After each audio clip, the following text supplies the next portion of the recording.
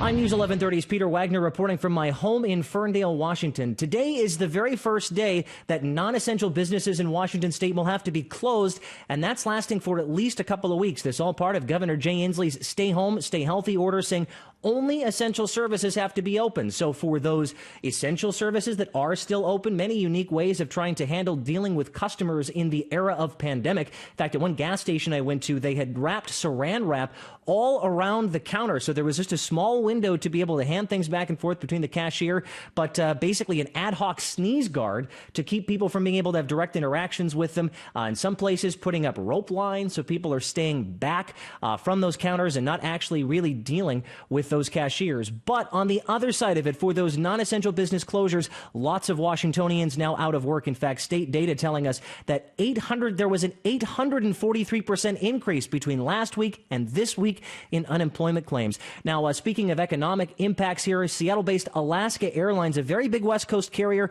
provides a lot of flights to places like obviously Alaska and Hawaii, announcing that they're going to be reducing their service by 70%, saying they are still going to stay in the skies for some essential service flights, as well as transitioning to getting more cargo moving around. Now, while we're in Seattle, some researchers at the University of Washington made a rather interesting announcement saying that they have now worked with a group to come up with a much easier way for people to be able to test themselves for COVID-19. This would be at those drive-through testing facilities where earlier healthcare workers had to get completely dressed up in their personal protective equipment. They had to deal with somebody in their car. They had to be handing stuff back and forth. Now, though, according to these researchers, this is a test that people can give themselves in their car. Hopefully, they say it will get results back faster and will allow for more people to be tested. We'll, of course, be tracking all the latest developments throughout Canada, the world, and in Washington state right here and online as well. For City News in Ferndale, Washington, I'm News 1130's Peter Wagner.